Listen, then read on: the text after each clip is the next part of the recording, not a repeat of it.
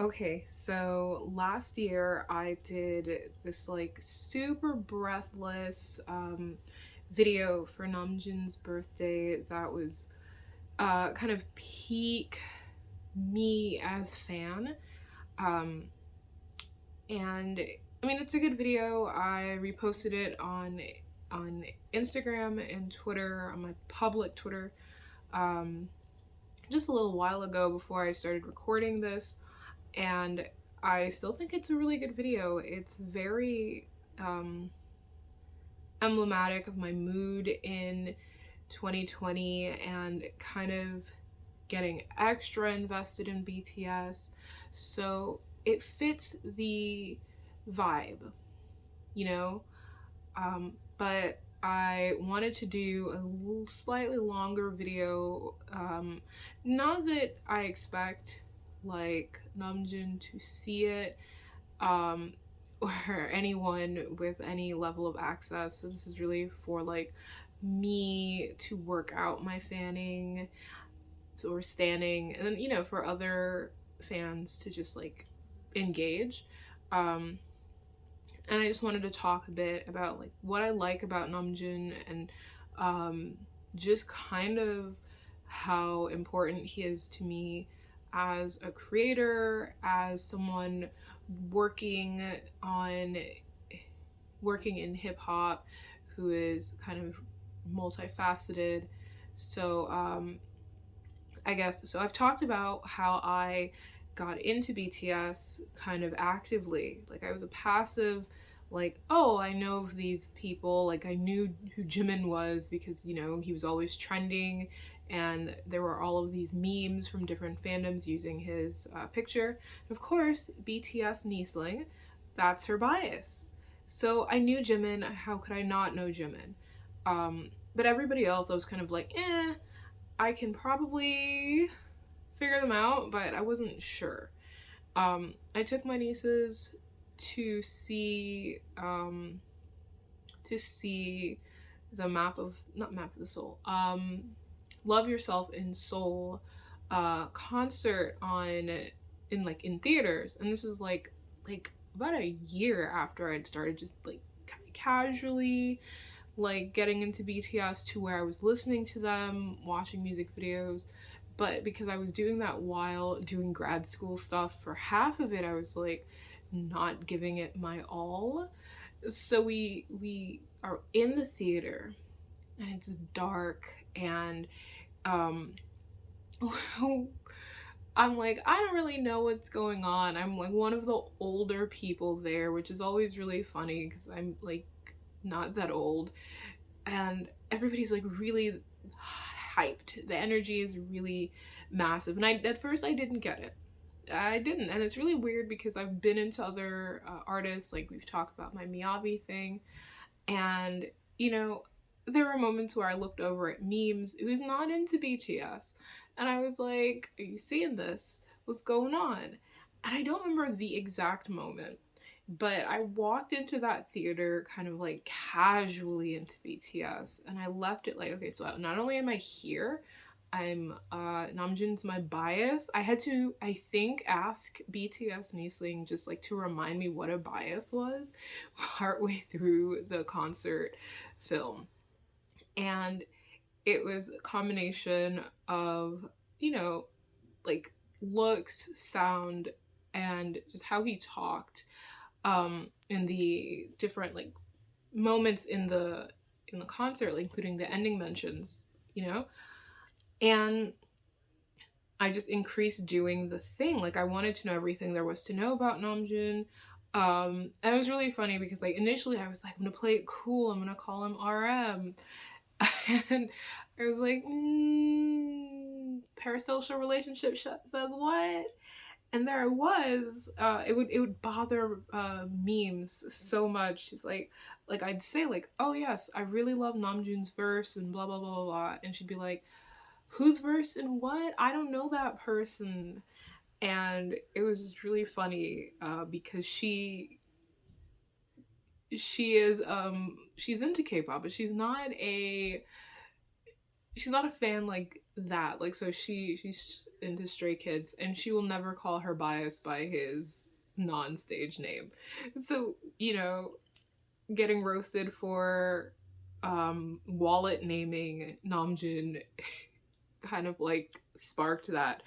Um, at the time I was at work, and actually I was working in a marketing company. What was really interesting was, you know, kind of being able to look at what um, Namjoon kind of does, you know, as an artist, but also just as this dude who's really well aware of public image and his position in front of the public eye.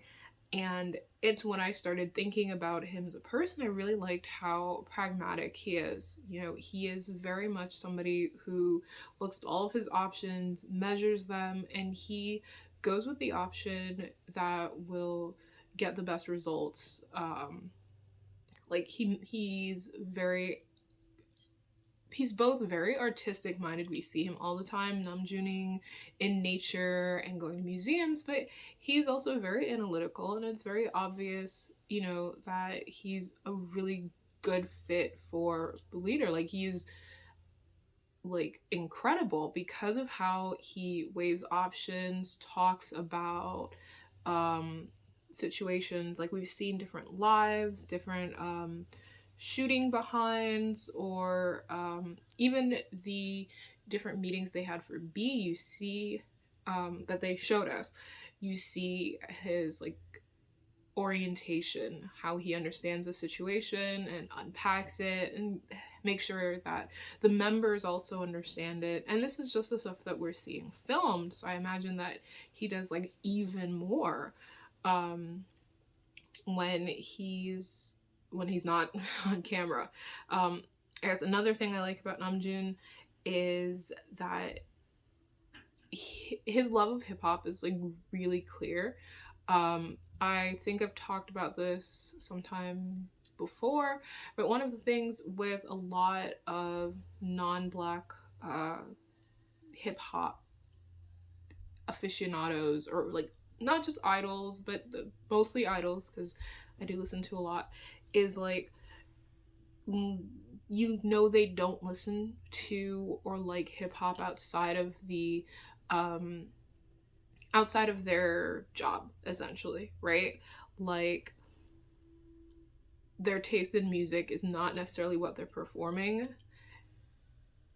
With Namjoon, it's really clear that he likes hip-hop, that he's kind of tried to find his place in hip-hop. Yoongi does it too. It's something that I really admire about him as well. But Namjoon is clearly like always like he not that I don't really like Kanye right now, but it meant a lot to me to see that like Namjoon still likes him. He listened to Donda. He probably listened to whatever Drake's going through.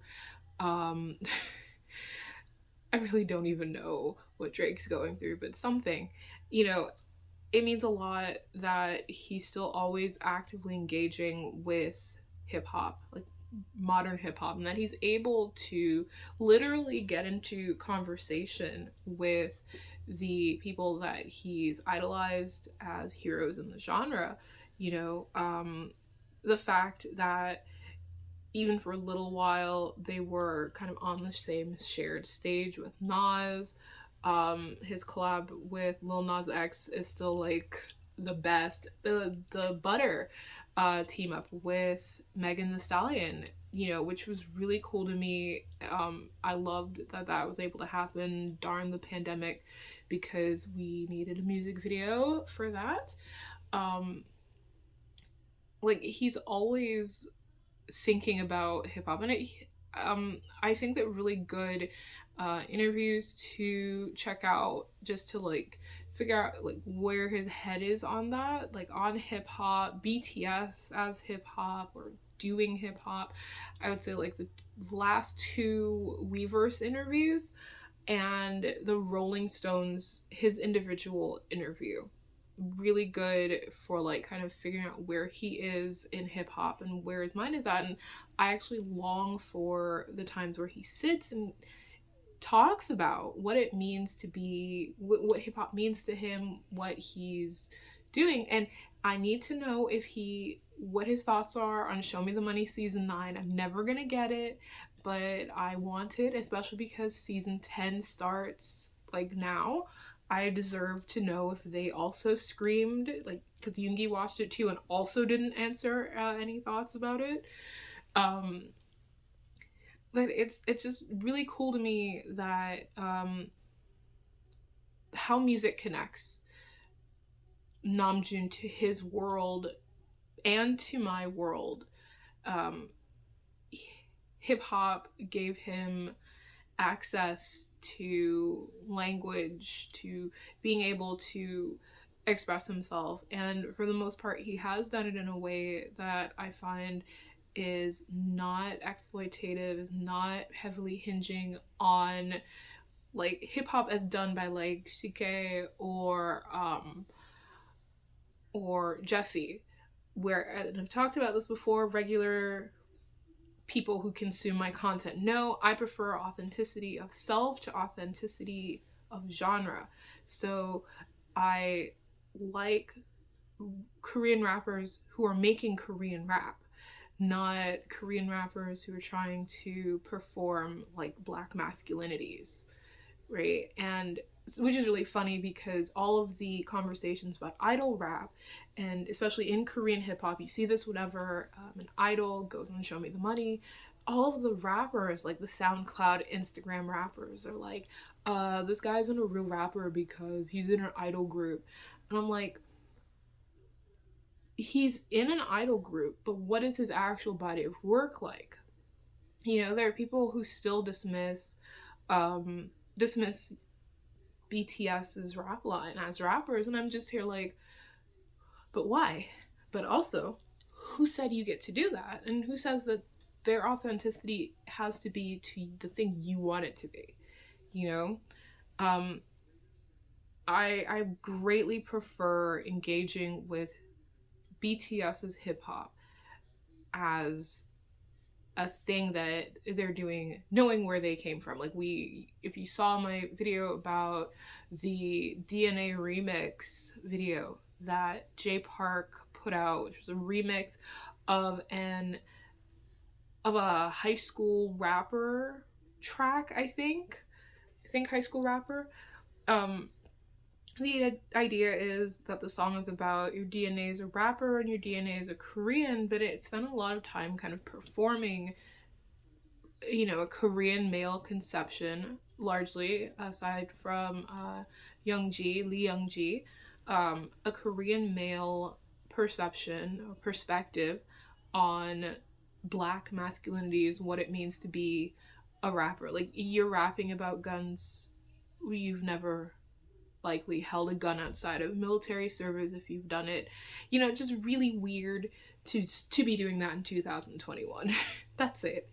And I know that everybody has their own thing when what they like in their rappers, what they want from their rappers, and I've just consistently really enjoyed Namjoon's approach to hip hop as an artist, as a fan, as someone who is writing, producing, kind of constantly thinking about his position in hip hop, and always kind of looking back and forward in the genre, especially like in Korea, but also outside of it, you know?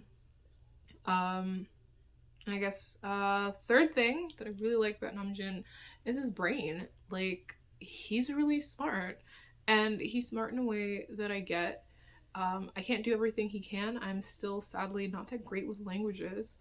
But, you know, one thing that made me feel really that's really relatable is I can't drive. I have a driver's license, unlike Namjoon, but I can't drive. I got my driver's license because I'm very good at taking tests. And so I can't drive. And it's probably for the same reason that he can't drive, which is that your brain is already moving millions of miles an hour trying to figure out problems before you even have them, and so you can't focus while you're driving.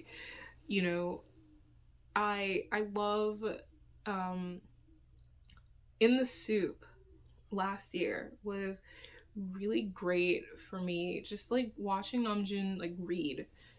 You know, I'm not a Murakami fan, so I've always avoided that. Whenever people bring up Murakami, I'm like, ah, ha, ha, ha. Did that in undergrad, not gonna do it again. Not that he's not smart, he's just not my speed. But so watching Namjoon read, watching him interact with nature, like when he talks about something he's really passionate about, like an artist he loves, or a book he's reading, or just the fact that he knows, it's just something that I really click to, because parasocial relationship, fully in effect, you know, it feels like getting to engage with a friend in the context of the parasocial relationship, because he's doing stuff that my super brainy friends down here are doing, you know, or my super brainy friends in Korea, because I do have those. And it's just really cool to be kind of reminded that this large nerd's out there and he's relatable, he's using his brain, he's having thoughts, he's reading really cool books that he doesn't even need to. He doesn't have to read this stuff. He wants to constantly keep going, keep learning, and it's really admirable. And he's inspired me a lot. Like I've been slowly learning Korean, and it's partially because of him, partially because I want to read books, partially because I'd like to be able to talk to Sleek in Korean at some point. And I think I talk a lot about the parasocial relationship and just our relationship to artists, and I've experienced the parasocial relationship with other artists before, other celebrities, but with Namjoon, it's kind of like the clearest it's been that that's what I'm going through. That like and this is I guess the fourth thing that I like about him, he just does kind of feel friend shaped. You know, like he is friend shaped. He is Namjoon celebrity that I'll never know beyond, you know, if I'm lucky to get an interview, or in like 5-10 years from now I get him on my podcast. But he's also friend shaped. He is dude whose dog doesn't really like him. He's guy that also doesn't have his license. He's clumsy, he's cool, he's funny, he's got dimples, you know, he's, and again, I'm gonna say it again, he's friend shaped, and I like that, because one of the things that's really been interesting across kind of getting into K-pop harder, and listening to and looking at more and more artists, is it's really interesting who can't sustain the parasocial relationship. There are some artists who literally cannot maintain their portion of the parasocial relationship, which is to be friend shaped to a wide fandom base. And there are people who can't do that. You know, the idea of it, they fail and they fumble. And the fact that Namjoon can feel like, you know, mega hot celebrity rapper from Korea, super genius, super tall, clumsy dude, but also like a bro, is really cool to me, because I couldn't do that. I'm sucking at my portion of the parasocial relationship with people who think I'm maybe not the Namjoon in their lives, but like celebrity shaped. I suck at it. And, you know, I really I really do like Namjoon as a concept. I don't know him obviously, but I'm really interested in just seeing how he grows further, because I've seen a lot of his growth from looking back at content and just in the years that I've been into BTS since, and, you know, listening to him talk, reading interviews, recent interviews. That growth is really clear, and it's something I'm really interested in, because not everybody's capable of growth. But not only is Namjoon capable of growth, he's capable of it on a scale and a stage that a lot of people would just fall right off of. Like, my knees are weak just thinking about having to grow as a person in public. Ugh. Um, but yes, this is a lot of words to say, a lot of time to say that I really like Namjoon, and I look forward to his birthdays every year because I get to be excited. I get to put good luck and good energy into the universe for him more than I already do, which is already a lot. And I get to inhabit my fandoming. I get to be this like goofy super fan, even if it's just for you guys, not even for him. But one day I will send him the letter I've been working on for like a year, because I do want him to know eventually, like, that he is one of the most important creative and musical influences that I've had in a really long time. Like, he is fast approaching Miyavi status for me, and Miyavi, been into that dude since I was 15. I am significantly older than that now. But yes, if you made it all the way to the end, you know, and it's still September 12th, wherever you are, you know, go do something fun. Go do something Namjoon-y. Go to a park. Go outside. Go to a museum. Please go to a museum for me, though, because I'm terrified of, like, statues. It's my most irrational fear outside of ducks. And, you know, go listen to a really cool YouTube or Spotify playlist of his music, because his shit's tight, yo. It's good. Alright, so happy birthday, Namjoon. I'll be back for another birthday video in 2022. Hopefully. Because of the universe, not him.